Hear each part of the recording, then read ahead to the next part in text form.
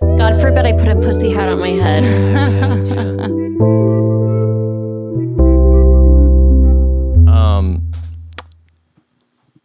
We are rolling. Okay. Are you ready to jump into it? Do you have any questions? Yeah. We're recording, but we can do a little false start. I don't know. I think I've always been good on my feet.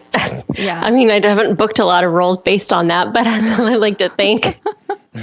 Yeah, you seem like you're not going to just freeze or run out of the room if you don't know what to do. I mean, I've already had a margarita because I have a feeling that we're going to be having some very intense topical conversation. So, Do you feel like it's going to be intense? Have you listened to a lot of these? I've just been like, wow, with the few episodes that I've heard. I'm just like, someone is actually speaking how I feel. Okay. And I feel like, as a millennial who grew up so Christian, to be able to put that into words, those feelings, has been very difficult for me, especially since you won't find that I'm on social media like blasting my beliefs or my opinions at all. I'm afraid of just like... Right. Well, we weren't either until this. And Yeah, it's weird. It's still terrifying. You know, like every week when we push publish, it's like, oh God, is this happening again? No, I'm so, oops, what did I do? You're good. Oh no. I just heard a little bleep. Maybe she can't see us. Wait, can you see us? Stop. I'm okay. I'm just starting to press buttons. I'm not going to start pressing buttons anymore. I'm done. I'm done with the buttons. Okay. No, but I think like, I'm so happy that y'all, have decided to do this. And I know that feeling of hesitation when you're about to post something. I feel that we even just about posting photos of myself because I have a fear of like what the male Christians in my life will think. Yeah. And then I'm like, why do I even care about what men think at all? Yeah. Much less like the Christian ones. And I'm like, holy cow. I had that realization about myself this year. Yeah. Wow. Like these extra judgmental filters that you're putting on yourself. And you're like, why are those even there? Like, I thought I deleted those. And they're still hanging out. Control Alt I felt like it was my responsibility to like protect these people from viewing me in any sort of way. Oh, yeah. Well, we're going to get into it.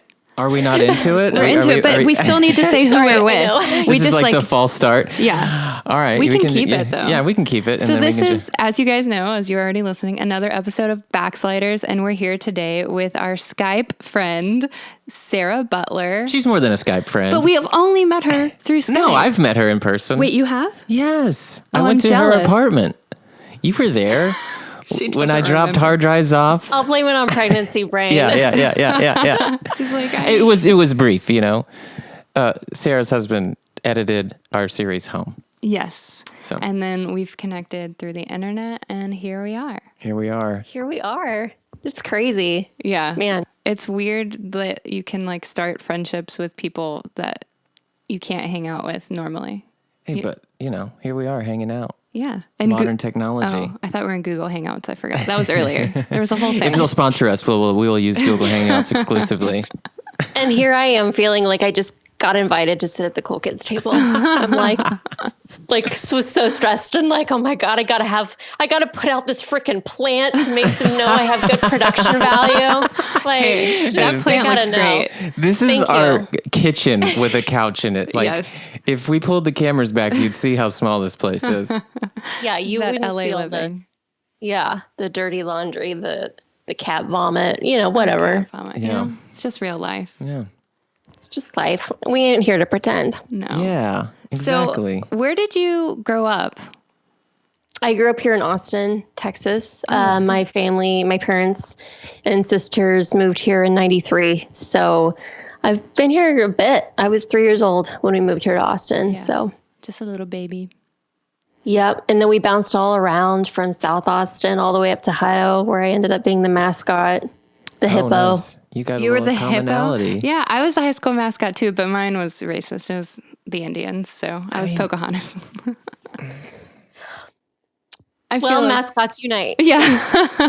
I did it to get out of a PE credit. I don't know what your reasons were. You just had a lot of spirit. I loved the hippos. I felt like hippos aren't my thing. No, I wanted people to, I don't know. I was so shy in high school. I had just I had been homeschooled for most of my life. Yeah. And so, when I got to Hutto, I wasn't a part of the crowd that grew up all together in this small town. And so I don't know. I wanted to show people that I was cool, but they still didn't know it was me. So it didn't really matter. Yeah. That is so funny. That's kind of like Micah's. Yeah. He was a cheerleader. Homeschooled, and then I was a cheerleader in high school. Yeah. Yeah. Yeah. Yeah, I was homeschooled until 8th grade, and then my parents got separated, and my mom was like, I can't handle this anymore. I also think she was getting to the point where she couldn't teach me algebra. You know what I mean? Maybe she could have, but she would have had to learn it herself as well at the same time, and that's not for anybody. I would not teach algebra to anybody, and I've already taken it. You know what I mean? I totally forgot. Yeah. Yeah, in one ear, out the other, unless you're going to be an engineer, and I don't even know if they use it that much. Maybe they're using more I don't know what physics. Do. I don't even remember how to freaking divide. Sorry, my cat. Just open the door. Yeah. We have dogs that do their thing. So were you homeschooled? Do you know why your parents chose to homeschool you? And is it different? I think it was probably part of two things. One being to keep us out of the public school system and sex education, et cetera, et cetera. Yeah. That pretty part of it. And then I think they just thought it was cool to be able to keep us at home and choose the way that they were going to educate us and have control over what we were learning, specifically, choosing what they were going to be feeding into us. Yeah. Oh, so sorry. Now the child. Okay. Oh no, this is great. This is real this life. is real. Whatever happens, we're going to embrace it. Like the BBC, my kid's going to be rolling up in here and Sam's pulling out. Telling you good night. Yeah. Do you specifically have memories of your parents saying I don't want you to go to public school because of sex education? Because personally, there wasn't even that much sex education in public school when I got there. That's true. And the little bit that was there, I remember abstinence programs coming into my high school. There was a lot of, I think there was 1 week where there was some, faculty or parents that were we need to hand out condoms. And then parents kiboshed it and they're like, no, you're not doing that on our time, Yeah. Which to me, it was what's the controversy? Kids are doing, humans are doing what they want to do.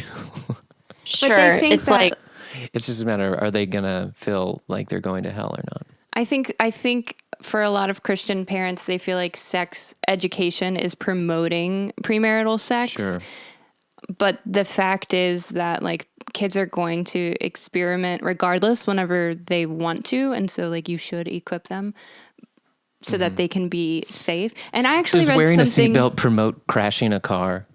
Great question. What I mean? But anyway, so there's your cattail. That is so not to cute. equate sex with crashing a car, but Yeah, I feel like it's I can't tell you how many people that I know were so ill-equipped when it got to intimate relationships because it was abstinence without any warning or protection or anything is the only way. And then you're screwed because, it has affected your health or, in some cases, an unwanted pregnancy. And I just can say for myself, I wish I had been more instructed and more educated. Yeah. Because people are going to do what they're going to do, regardless of how righteous they are. Yeah. Or how much they've been shamed. Yeah. For myself, who was very hardcore a Christian believer, I still had feelings and biological desires. We can't turn that off. Sure. Right. Yeah. So, yeah. Have you read that book by Linda K. Klein called Pure? I just got it this year. I'm obsessed with it. So she's a little older than us. I think just by maybe 15 minutes. Yeah, maybe 10 years or something. But she grew up in the True Love Waits generation. And then as she was older, she went back to the community and started interviewing women kind of to see the effects of it. She personally was affected by it in a lot of specific ways too. But it's a great book. You should read it because it's fascinating, like all of the ripple effects of not only not receiving education, but on top of that, being taught to like feel guilty about your desires or your choices. Wow. It's like empowering in one way and then also really sad. But it was interesting because she, like with her research, was able to prove that when kids receive comprehensive sex education, they have sex a lot of the time, like not as early. It's kind of like the same thing with like maybe letting your kid have like a sip of wine. Like once you don't demonize it or put such a stigma around it, kids are like, oh, what's the big deal? Like I know about sex. I know how to have it like safely, and I'm not that interested right now. Well, it's like even in the story of Adam and Eve, you know, like God said, don't eat from the tree of good and evil. And she was like, can't resist. I want the one thing I can't have. Yeah. It's just in our nature. It's like It is. Yeah, it's psychology. Yeah. It's fascinating. Yeah. So you started high school was your first experience with public school? Yeah, sophomore year, right after my parents separated. Same thing. My mom was, my two older sisters were both out of the house at this point. So it was just me and my two younger brothers. Basically she went out and got a job, and it was up to me to, you know, kind of not necessarily raise my brothers, but at least feed them dinner. So I quit ballet at that point that I had done for 8 years just so they wouldn't feel alone at home. So being in like I loved public school. Like I absolutely loved it. I hated homeschooling. I can't even tell you enough how much I hated it. I loved the people. I thrived in a classroom setting with an actual teacher. Like, I don't know if y'all know, if you remember the Abeka videos or if you did the Abeka curriculum. Yeah. I have tried to remember, like, people have asked me, like, so how did you teach? And I was like, there was like programs and it was Abeka, and I could never remember the name. That's so funny. Wow. Yeah. Well, I did so much. So for those who don't know, it's basically videos. And back then it was VHS tapes, and every like 6 weeks you get a new, well, if you were on schedule, let's be honest, none of us were. But if you were on schedule, like every 6 weeks you were supposed to get like this new batch of VHSs, which just came in like a ton of boxes back then. And you would watch this teacher recorded from like the 1980s. Wow. Yeah.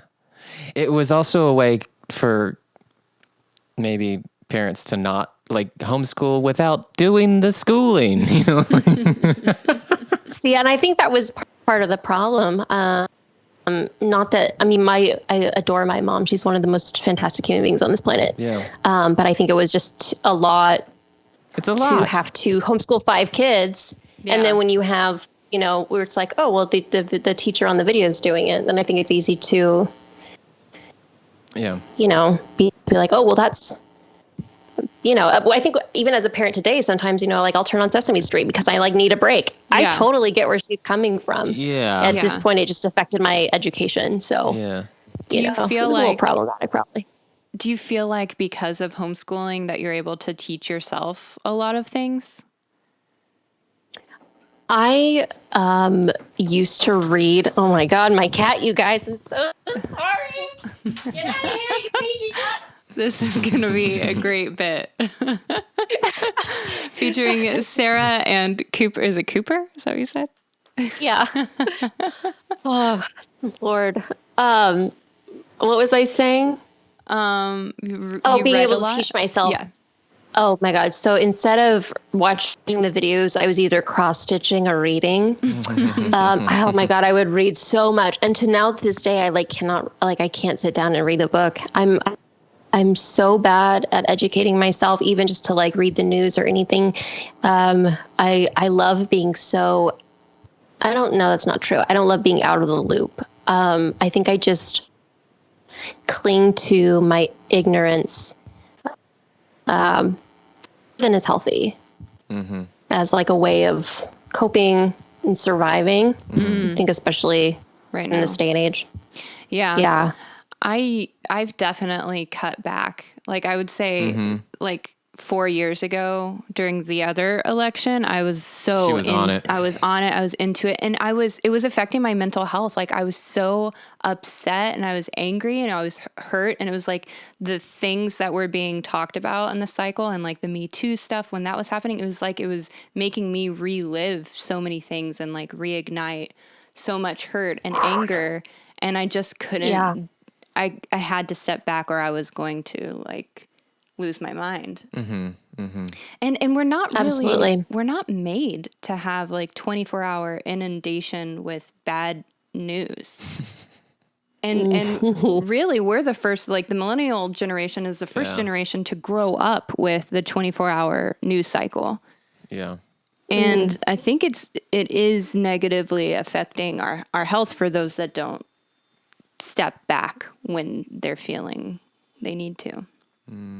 I literally told my husband 2 days ago, I was like, do you ever think about just like moving to the countryside without like any electronics and just like roughing it, like just totally away from it all? Yeah. What do you say? Just that desire to just go totally minimalist and away from all the crazy.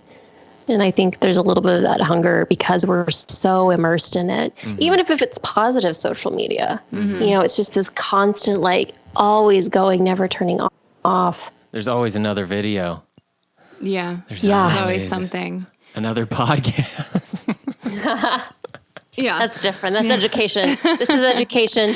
Yeah, sure. Yeah. We'll keep saying that. When I was a kid, like my dad and I would always talk about, you know, the city versus like the country, because I lived in the country and I was always like, I got to get to the city. I'm just like, this isn't right for me, this country life. And my dad was like, you know, like you'll feel different when you're older.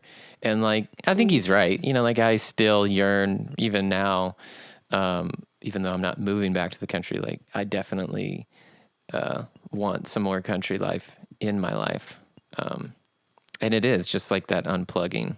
Yeah, like the peace. Just being able to like see the sky and see stars is like so amazing when we're able to get out of the city and see it. Or not see your neighbors, you know, like that's not possible. I hear about those other people who like quit social media for a year and how much it does for their creativity. And I'm like, so I want that so bad. And yet I'm so terrified of it.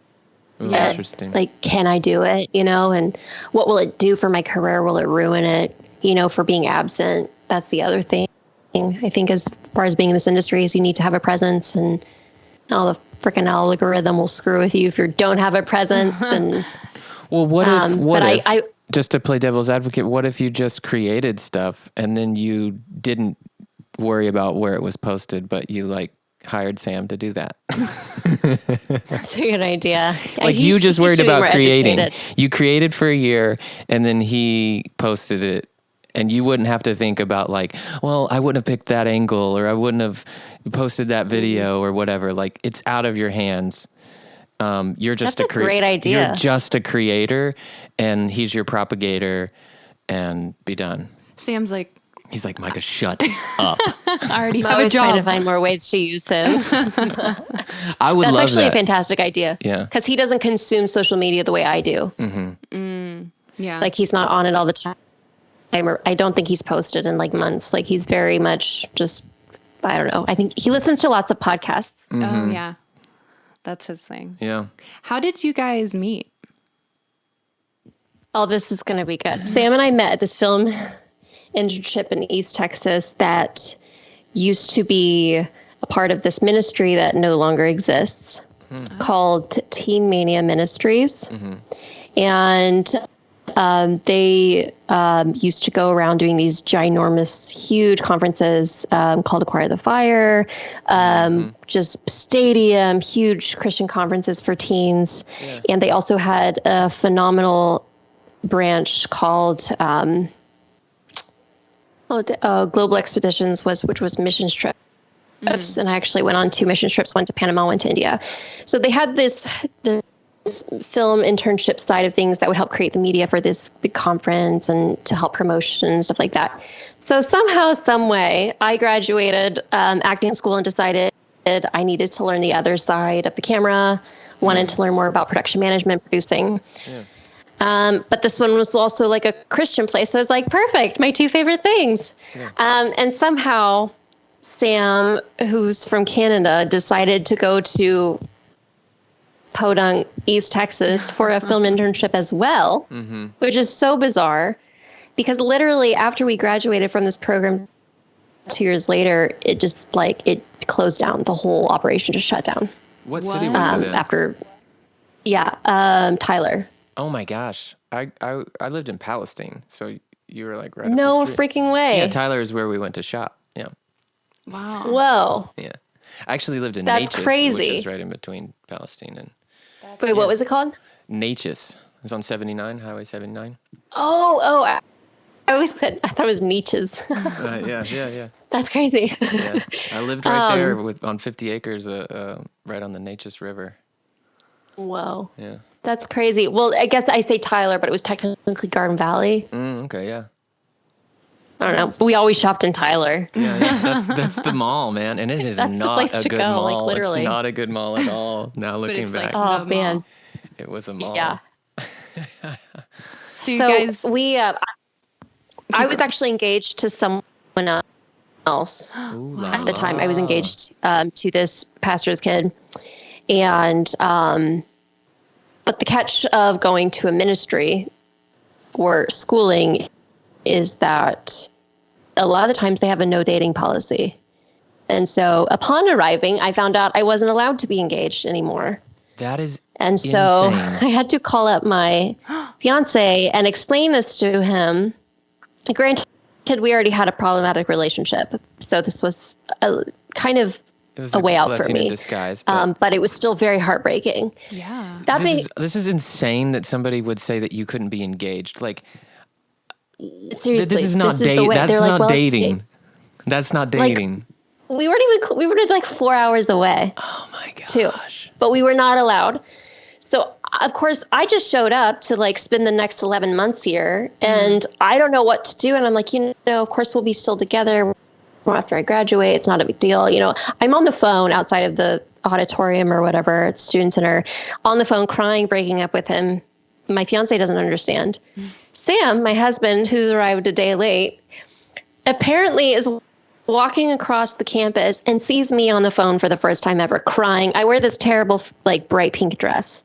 The only day, of course, that I wore that freaking dress. And he sees me crying, and the way he puts it, he thought I was the most beautiful girl. Oh. And just had his eyes set on me. I didn't notice him for months. But apparently we were in the same class and the same film thing. And the first conversation we ever had was about me telling him that I broke up with my fiance over Skype. So that was the last time I used Skype. Full circle. Oh my gosh. That is wild. That ministry had a lot of crazy things that I even just some things I look back on now.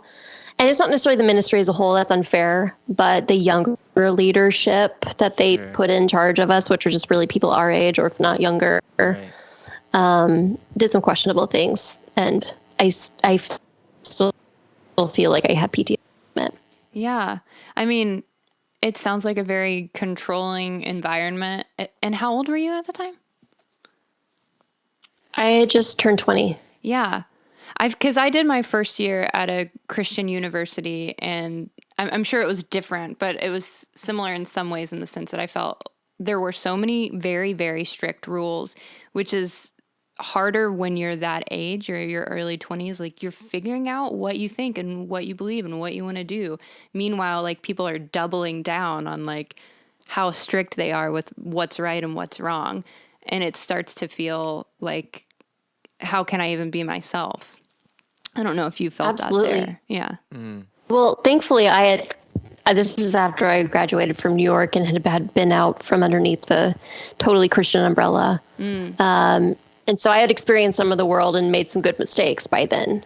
But for other people who attended, they were still very much fresh out of their parents' house,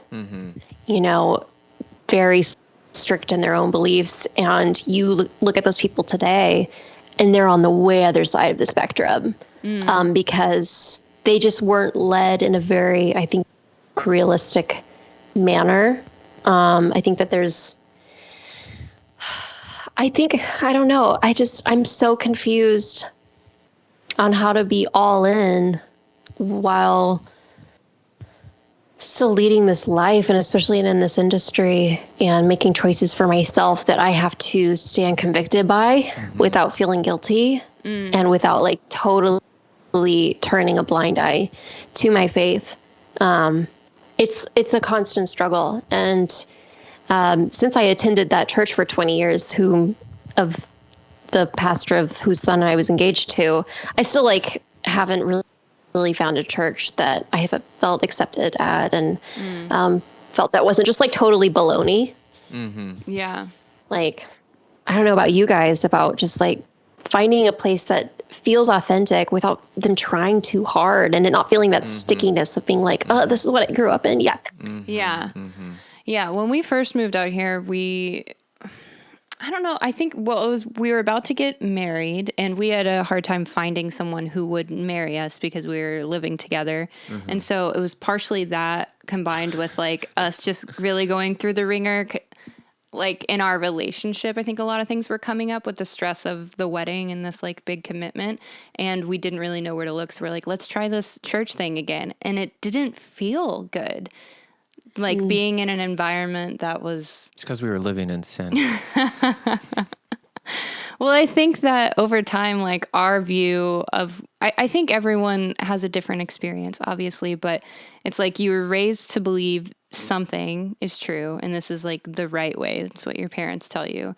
And then you like, you start to question or figure out what's true for me, and then you try to find places where that fits, and if you can't find where that fits, then you're like, oh, I guess I don't have this place anymore. But I feel like more myself. Right. I don't really know where I was going with that, but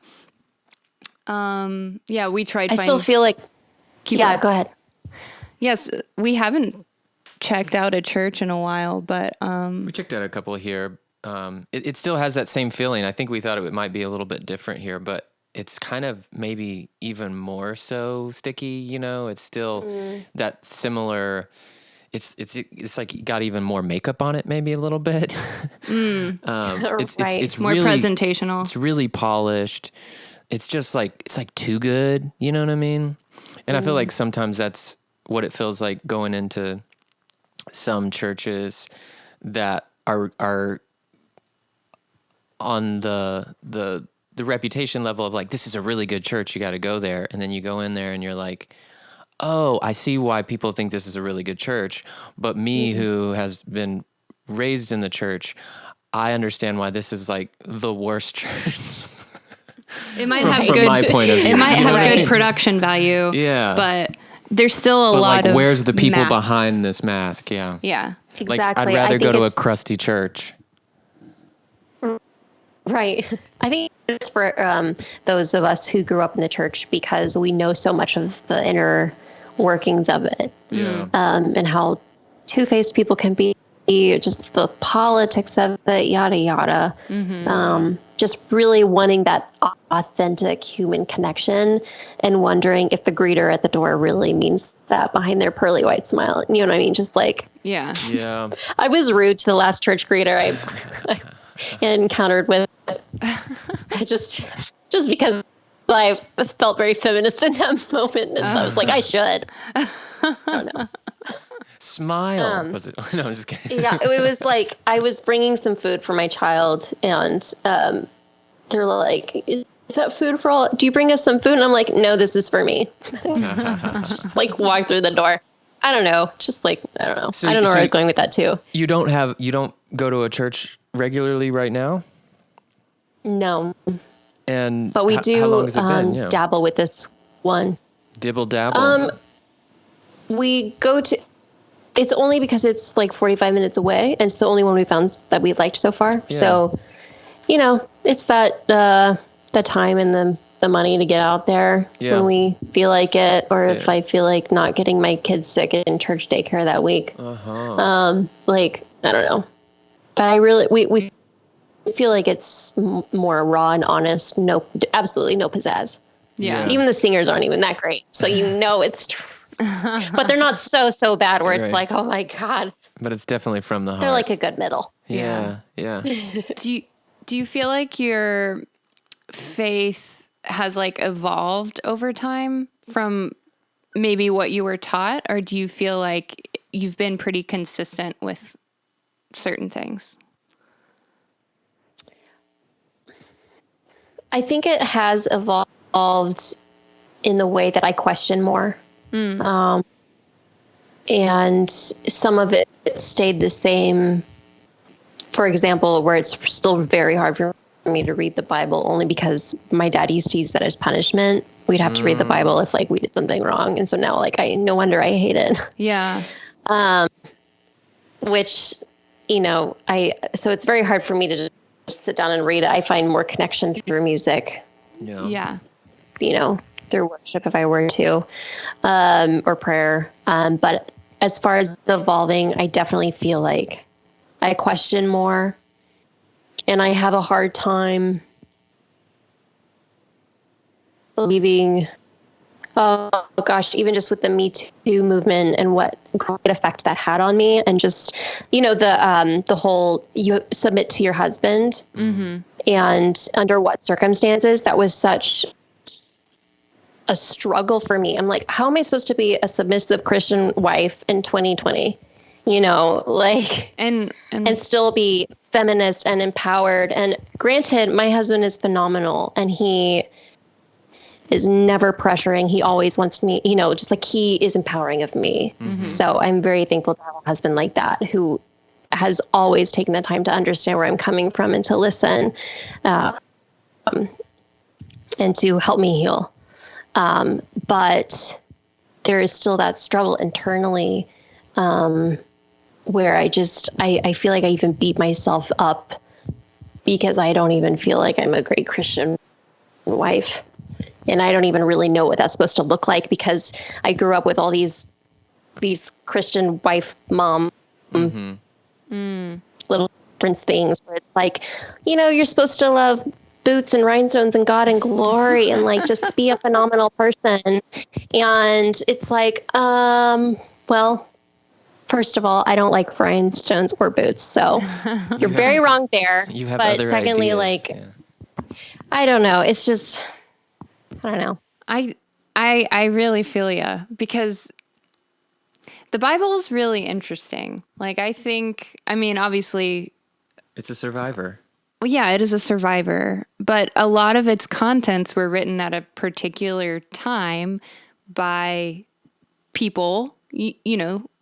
People have different beliefs on like whether it was God or God was influencing these people, but regardless, like this book is very old, and it says it has been used over time to justify slavery, to justify war, and for some still to justify sexism. So I think that for me, I had to, that was a learning process for me to, look at the Bible differently rather than, accepting it as, this one unquestionable thing. And then once you start to question, I feel almost closer to an idea of God, or, I get what Jesus was about once I realize, what the truth of this book is.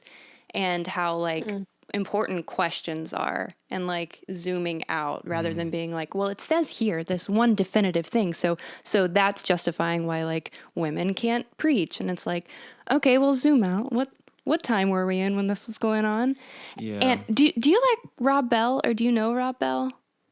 I know of Rob Bell. I only know that the early on Rob Bell, and then he got fired. Yeah, now he's known as this right? big He's a heretic. heretic. Yeah, he used to be a big megachurch Right. pastor, and I guess you would call him a progressive Christian. He's no longer a pastor, but his view of the Bible has been really revelatory for me, because he was when the Bible was written or put together, it was meant to be something that made us have philosophical questions and discussions. And over time in our society, it's become this thing that is certainty, and like, don't you question it or anyone who's teaching their interpretation of it. And we're like, really, it's full of allegory and stories and parables and like thought-provoking things that we should be discussing. And then another thing that he said that really got me going was like, the Bible for its time was progressive.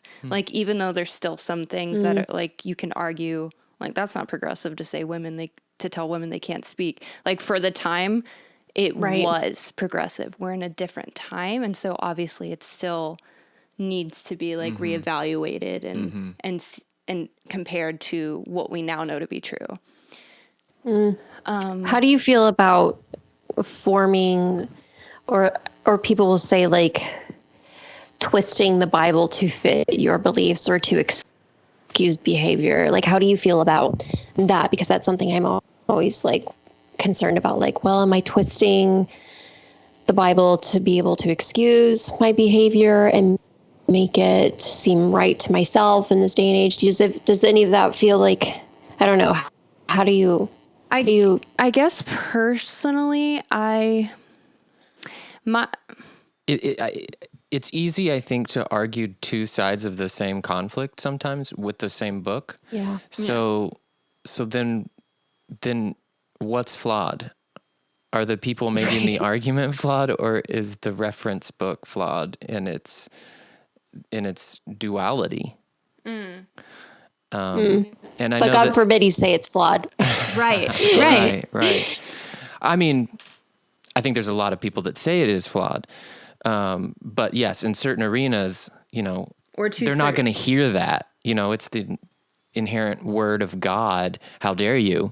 And God doesn't make mistakes. You just don't understand it, you stupid face. You know what I mean? Like that. Like that's the comeback. Like, it's like, well, you can't have a conversation with that POV.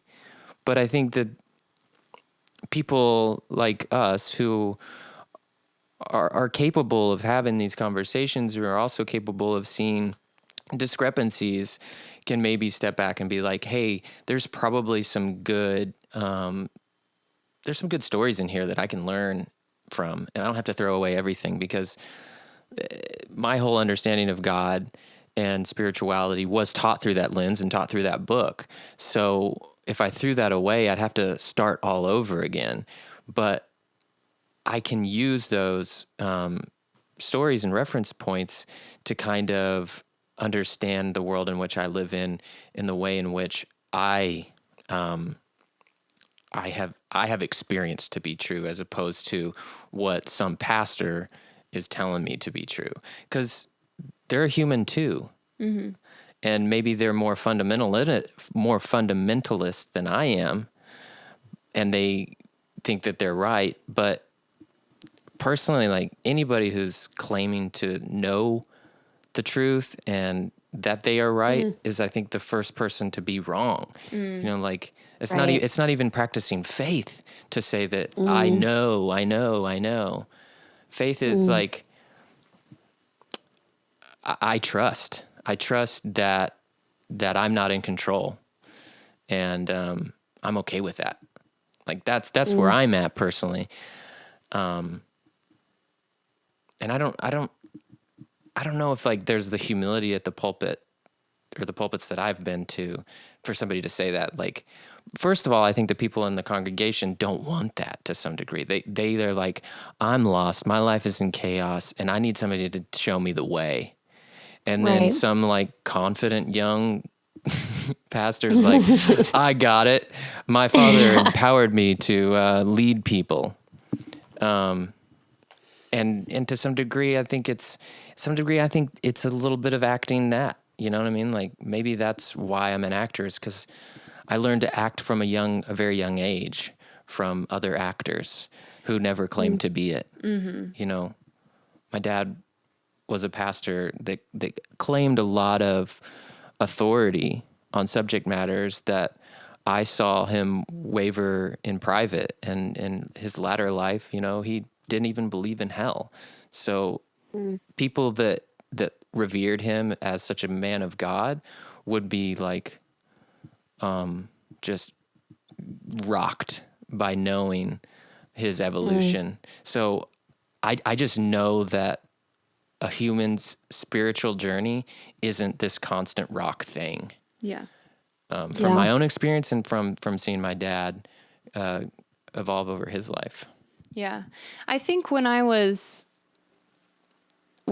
Christian, I felt like I had to not have any doubts and to be very fundamental and like strong in my faith, and that it was weakness to notice things that didn't add up, or to doubt, or to have goals and dreams and desires outside of the ones that I was told godly women needed to have and how they needed to be. And you know, I've gone through a journey where like I swung the complete opposite way, and I was like, you know, fuck this. Like, I'm not going to believe in God. I'm not going to believe in this institution that I feel is very controlling and diminishing and harmful.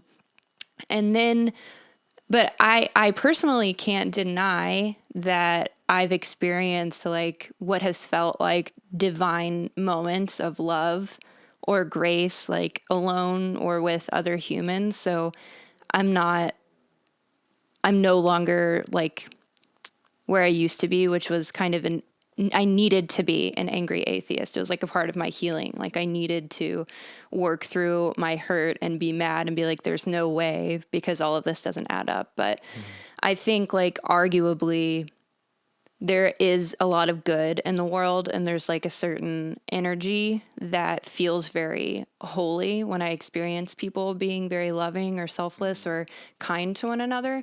But for me, I think it does bother me when I feel like people are picking and choosing things from the Bible to justify, I guess, judgment or hatred or separation. Really, I mean, I think the Westboro Baptist is like a great example. Like they're reading the same book and they're honing in on certain scripture, and they're hateful people. Like you could even call them like terrorists in a sense, like what they're doing.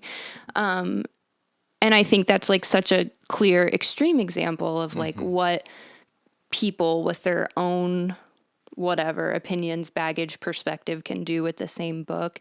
And for me, I've had to step back and be like, okay, what is the Christian story is Jesus, right? Jesus was an insane example of radical love. And he had a huge problem with people separating each other and people wanting to say like, oh, we can't associate with them. These people are not good enough to associate with. And Jesus was like, we should all love each other.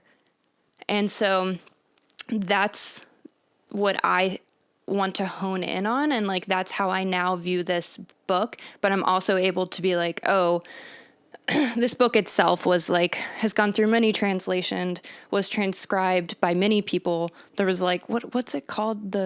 How the Bible was actually put together. There's like some meeting. Yeah, I forget what it's called. It's like a conference or something. There's a term for it.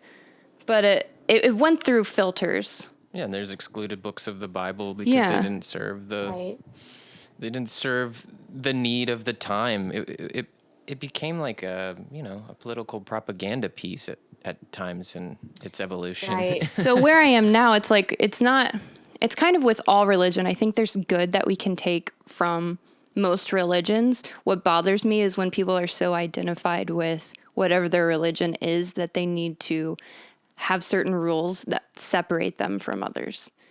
Because like being Christian before being a human. I don't know. We just talked for a long time. I want to know more about I feel where like you are. I feel like that's why I've started to allow myself to become more lenient in just like the silly things that used to mean so much. Even just speaking modesty, modesty for Christian women was like such a big thing. And I think overall, maybe it's becoming more lenient, but even for myself, and it's not for anyone else, but for me. I don't know why everyone feels like it has to be for everyone else the way I want to dress. Hello. Yeah. I like looking at myself in the mirror just as much as the next person. I'm not putting on clothes or not clothes for anyone but myself. And And so just in that area, or even just like swearing, I mean, or celebrating Halloween. Okay. Like if I want to put a pumpkin out on my freaking lawn, does not mean I'm worshiping Satan. Yeah. And I had a member of my family be like, well, I don't like your Halloween decorations.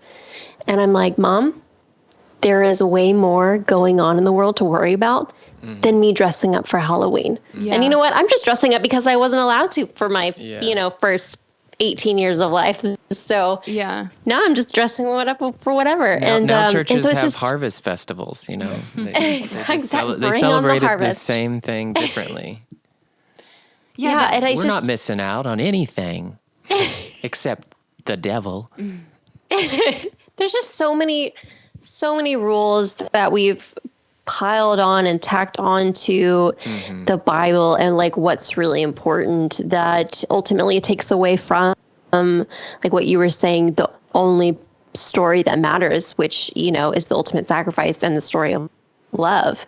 If you were literally like to take away the rest of the Bible and just leave in Jesus' life and sacrifice. And if that was all, like if that was all we focused on and let our lives by, then all this other crap wouldn't even, be twisted around. And like, it's like like well, how do we twist the word to be able to excuse our actions? But, you said something great, like, well, people twist the Bible to be able to justify, I come from like a guilt standpoint, and people are coming from like a righteous standpoint in order to like, take out a gun and shoot a bunch of people in the name of God, Well, we criticize it where I'm going with this. We criticize that same ideology for other religions because we feel so righteous that ours is the one. When really, like, it's all been evolving over time. Like, for example, like, let's look at divorce. It used to be like people would totally judge you, and maybe you'd lose like your membership in a congregation if you went through a divorce. But now it's totally acceptable. Like, we get divorce as a part of life, and we're like, oh, no, it's not that big deal anymore. And now I feel like that's happening or about to happen with like homosexuality. Like right now, like a lot of people are pushing back on it, but just like they pushed back on like divorce. But really, like homosexuality wasn't even added in the Bible until like 1940. Like it's a new thing that was added in the Bible that people are like doubling down on. Like Jesus didn't talk about it. I don't know anything about that. I just think it's interesting because the church has evolved over time, but what I feel like now people are like doubling down on certain things. And I think as time goes by, they're also going to seem like not as big of a deal. You know what I mean? I get that. I agree. We're like evolving in that direction. I just think that there is a generation older than us that's like, yeah, we're going to hell in a handbasket, one topic at a time. Like you're just laying out the ammunition that like we're losing our faith and we're going straight to hell. Like, and I think that our generation and maybe the younger generation is like, no, we're taking away shame and guilt and fear, and we're replacing it with self-acceptance and personal value and love. And I'm not going to say that there's ever going to be a generation that like masters love without harming another human, but I think that we've recognized in our parents or our grandparents' generations that they survived a lot of trauma that was like culturally imposed. What do you mean? Through what? War? What? Sure, war. I just don't know what you're talking about. Just dealing with the idea that they had to wear masks consistently. Oh. They had to live a life that was not their own to fit in with the Joneses. The fact that they wouldn't have put a pumpkin out for fear, but you will, is that you're like, I'm not going to live in this fear of my mom anymore when she was afraid of her mom. even if she wanted that pumpkin. Like, because does your mom really believe that like the devil has marked your house now because you had a pumpkin in the front? Like, you know what I mean? Like, probably not. Yeah, no. So then really what are we talking about? We're talking about appearances. We're talking about like, hey, your mask has a little dirt on it. You need to get that dirt off. Right. Yeah. You don't look like a Christian right now, and that makes me feel uncomfortable. You know what I mean? It's hard to dissect fully where they come from. Yeah.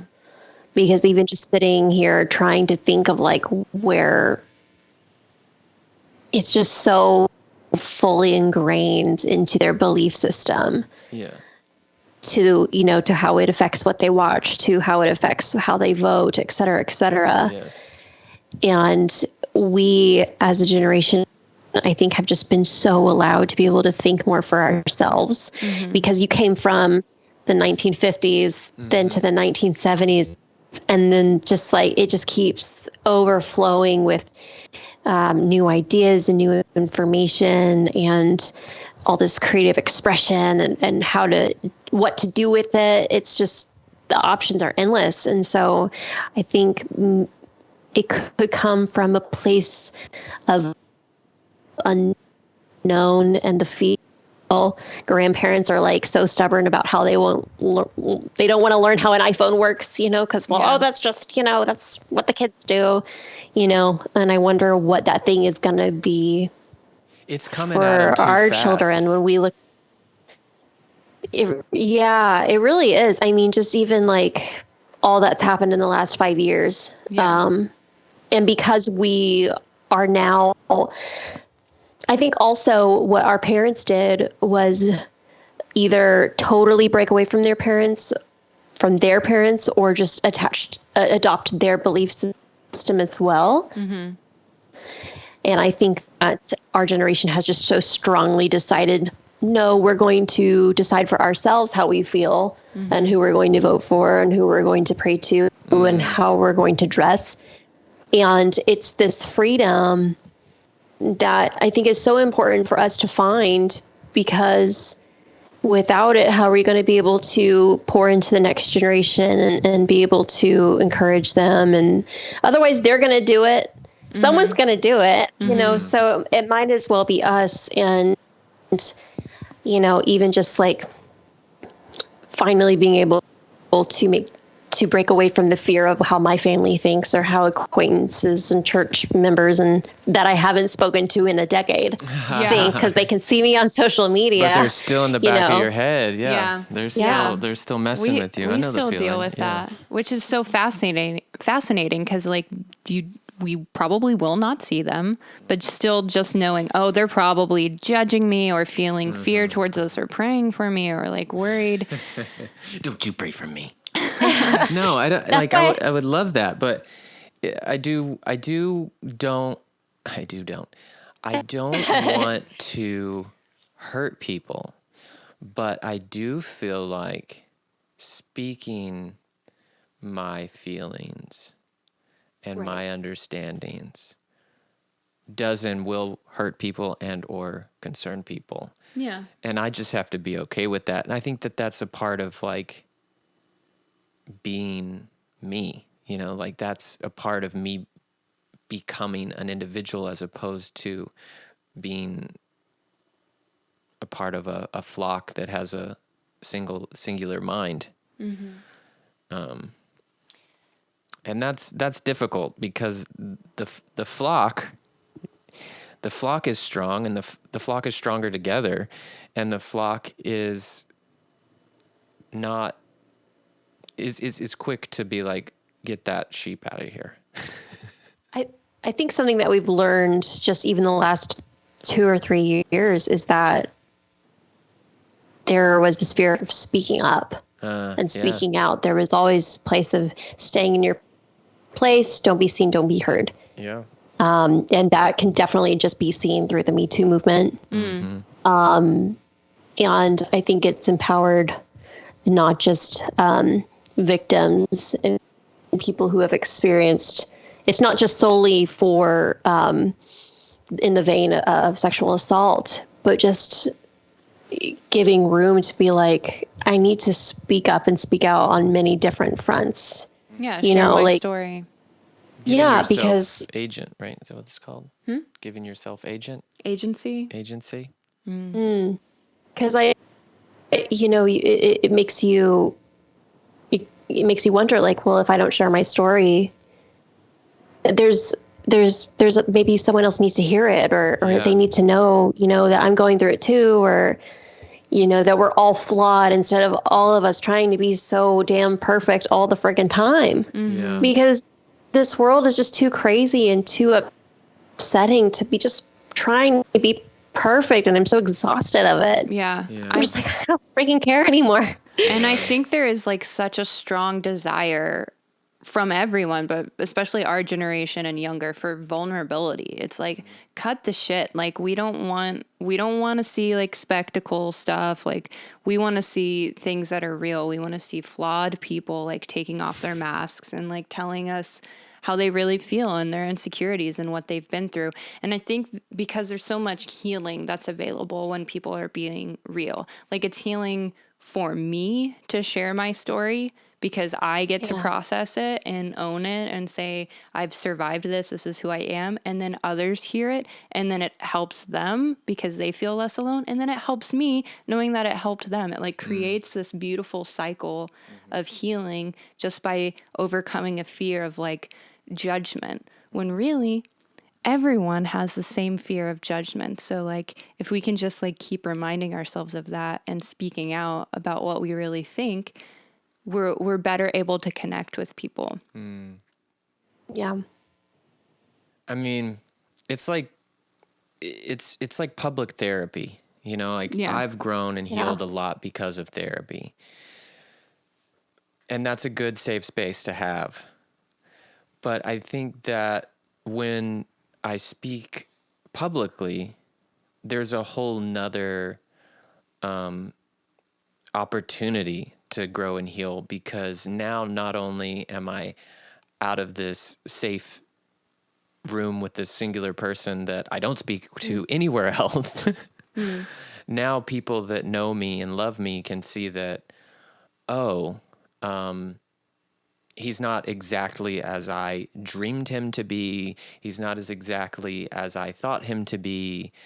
And now it's up to me to love him or not.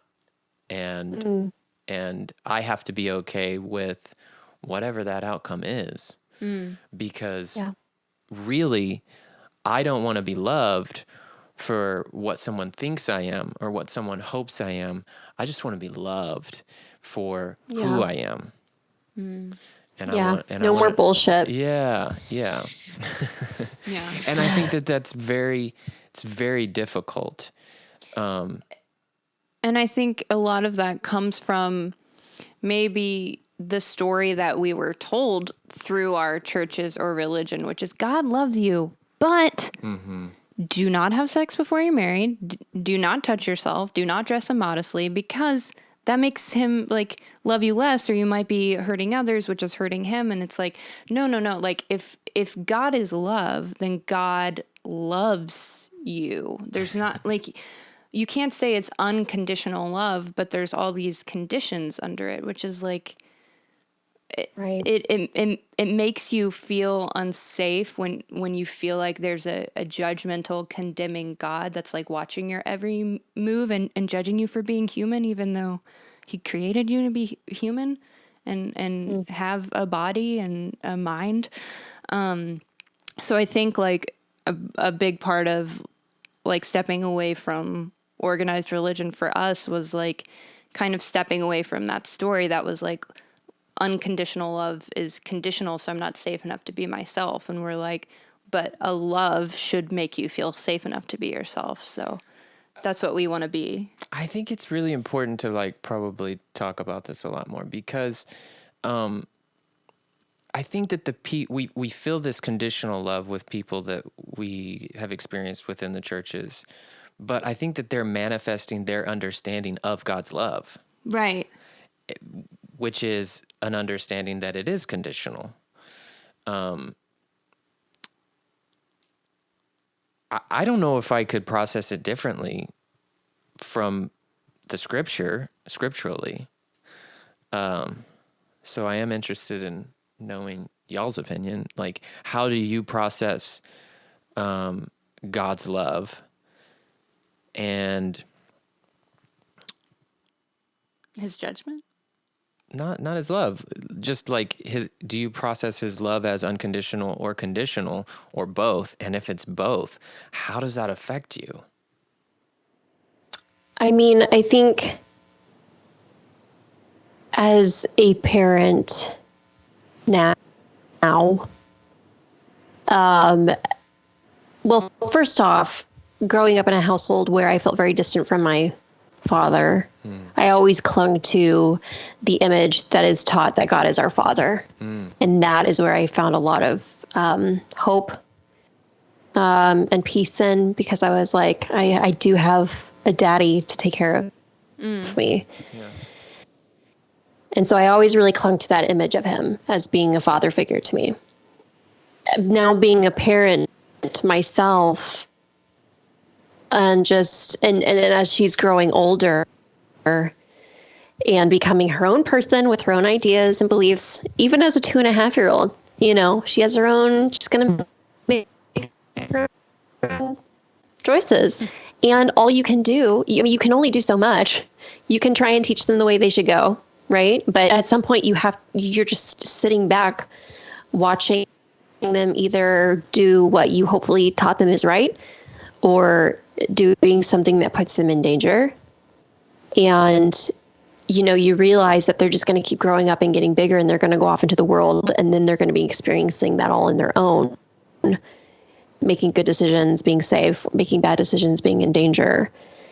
And having to stop and being like, okay, first of all, if this is the way, if God loves me as a father unconditionally to his child and will forgive me no matter what I could do, that's like a million more times than the grace that I have even for my child.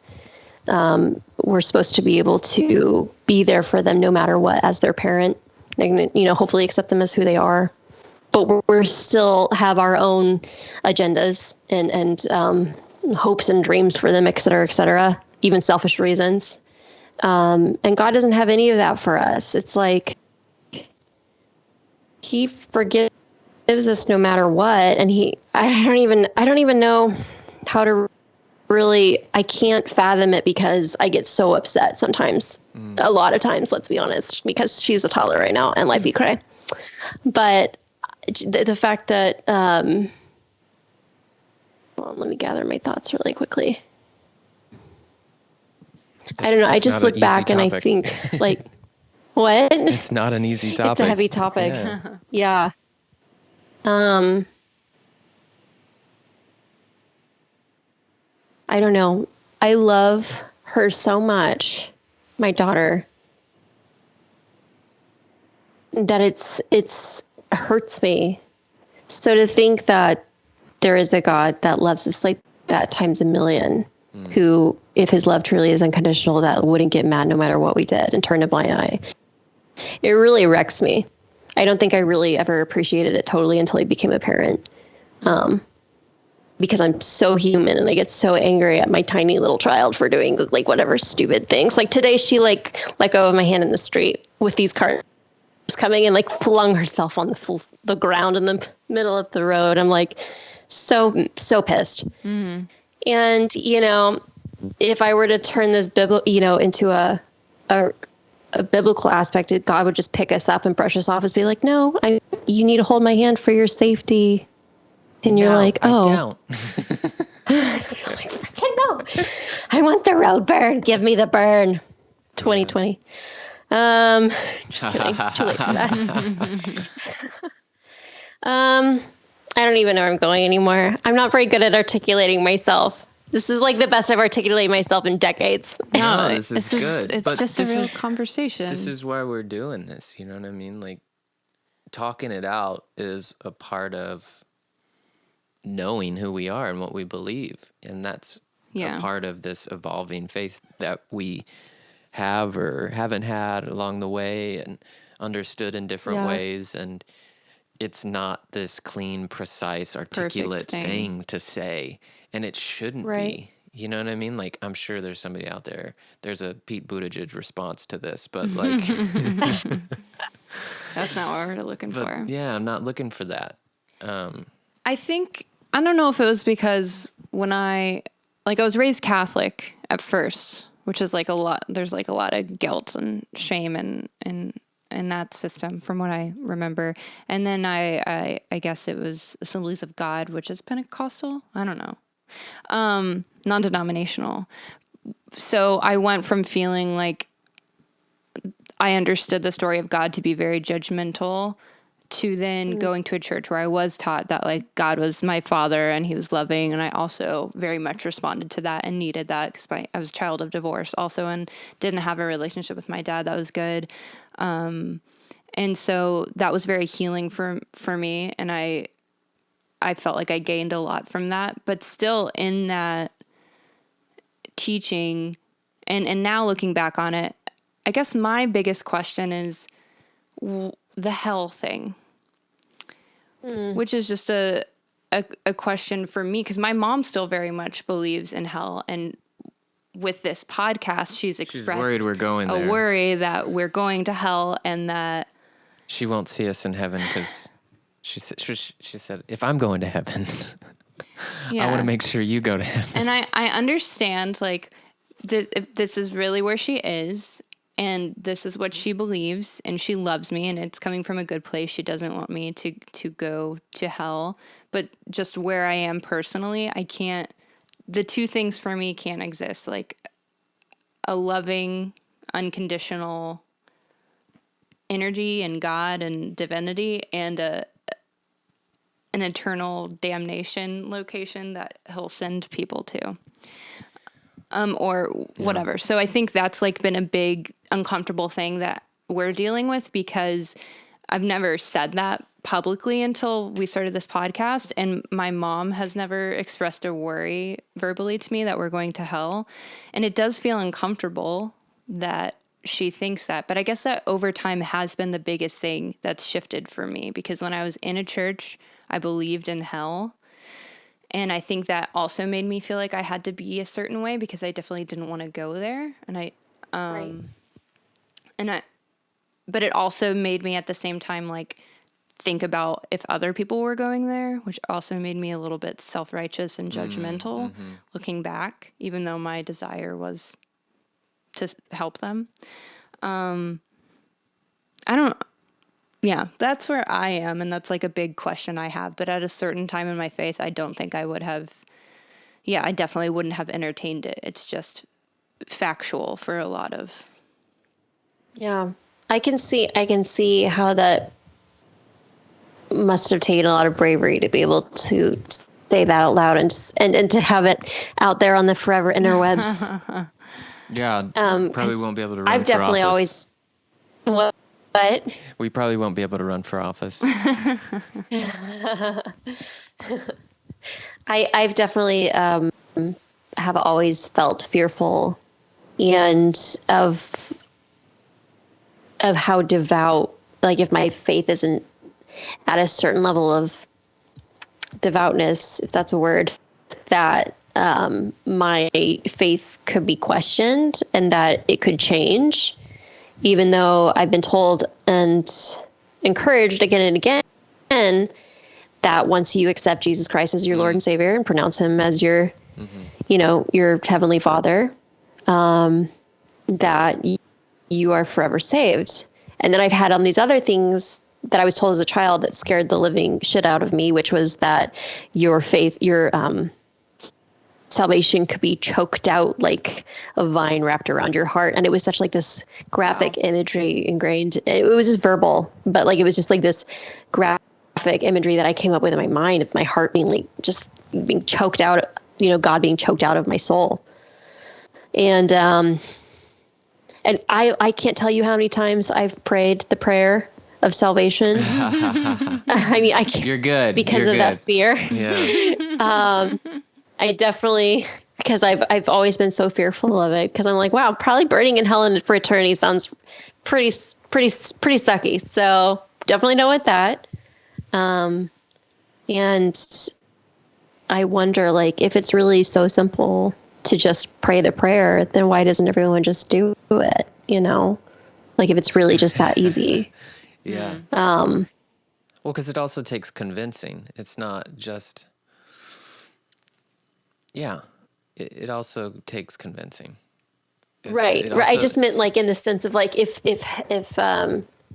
hell wasn't, if it was real and if people were afraid of it. And I definitely understand the convincing part of it, even though I grew up in a church.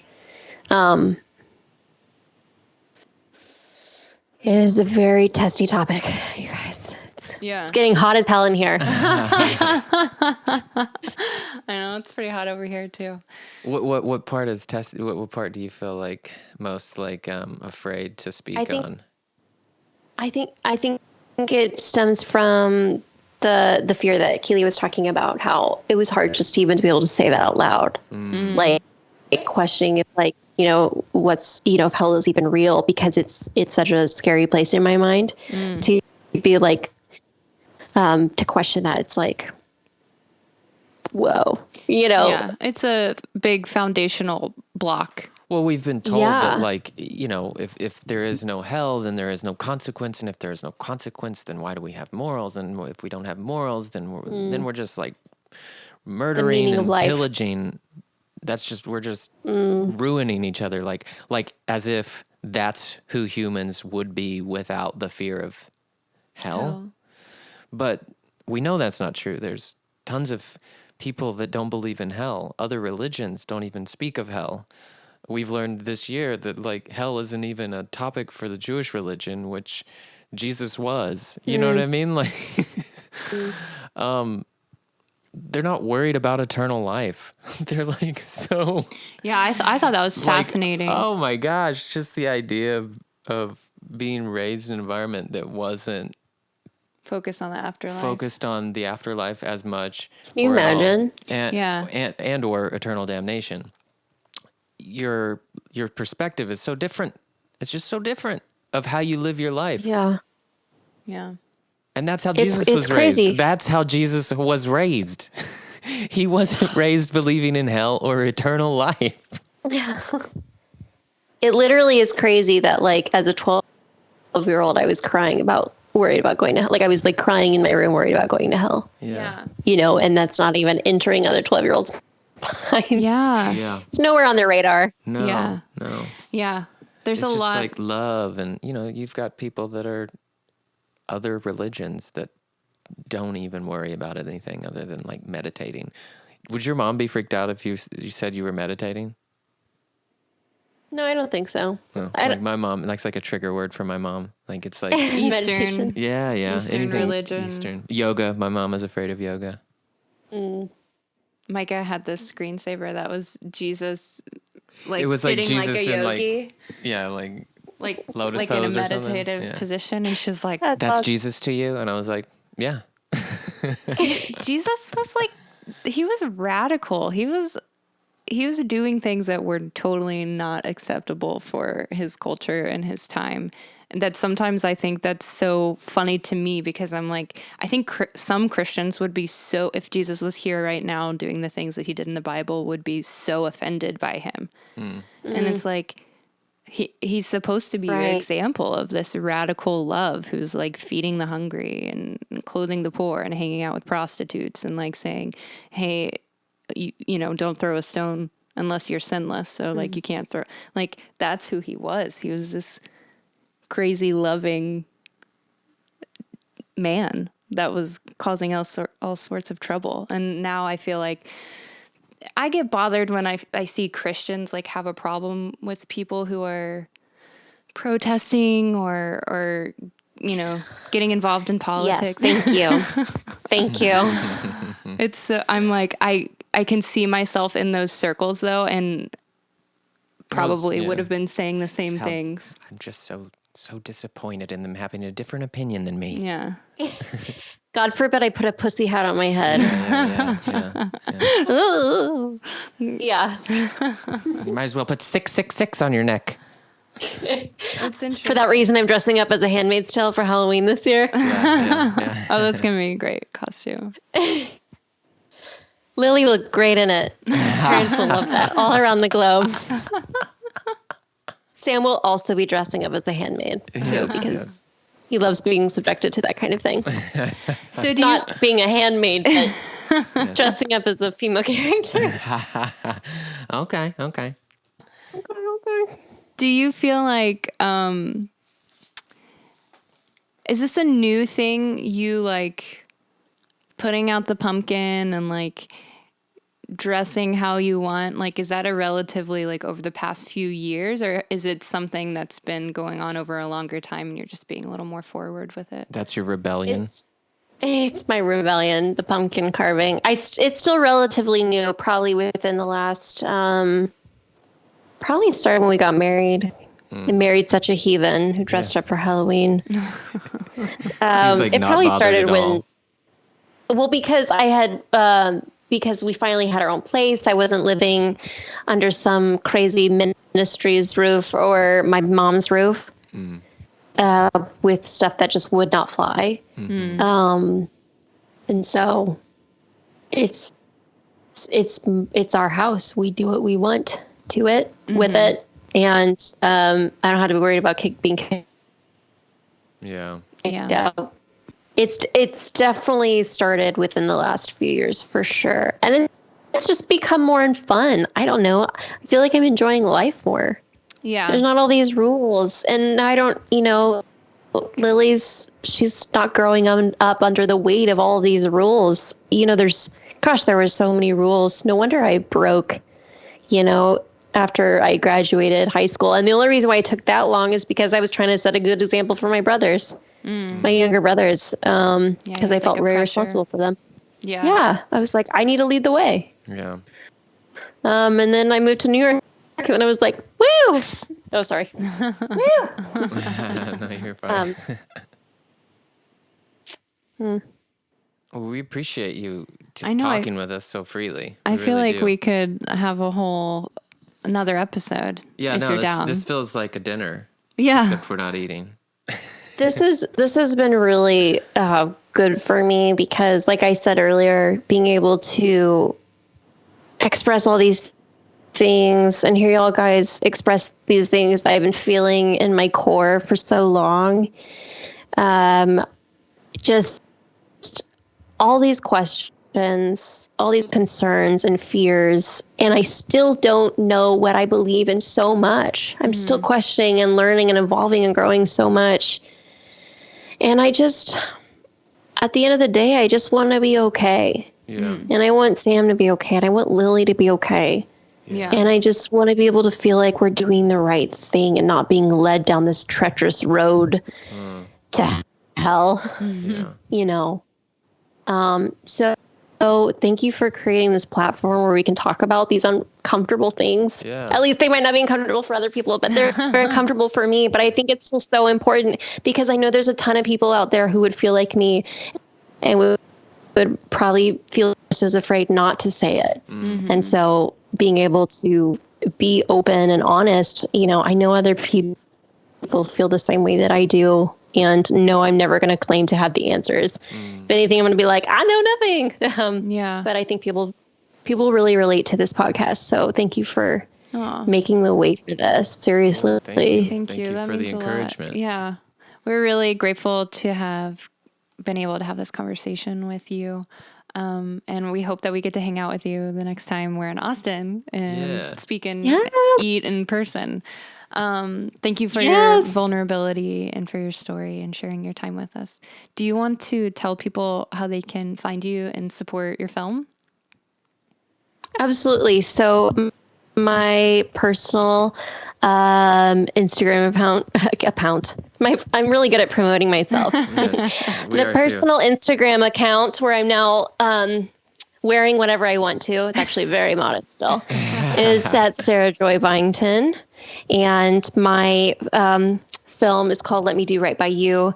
It is about a single mom trying to raise her little daughter, but the weight of the world and losing her husband causes her addiction to spiral, forcing her to move in with her estranged mother, where more peril ensues. So yeah, that's Let Me Do Right. I think it's out Let Me Do Right film. Yes. Let Me Do Right. Like I said, I'm fantastic at promoting myself. We will share the links so people will be able to click on it. Cool. Yeah. Thank you so much. Give love to Sam and the babe for us. And I will. Thank you. her name's Lily. Her name's Lily. She's yeah. so cute. Yeah. Thank you. Thank you so much, and we'll talk to you soon. Okay. Awesome. See you guys. See ya. No, I'm not saying that it wasn't real. I'm just saying that you made me feel bad. Don't try making me a better deal. I'm done with you and I'm fine with that, and that's that.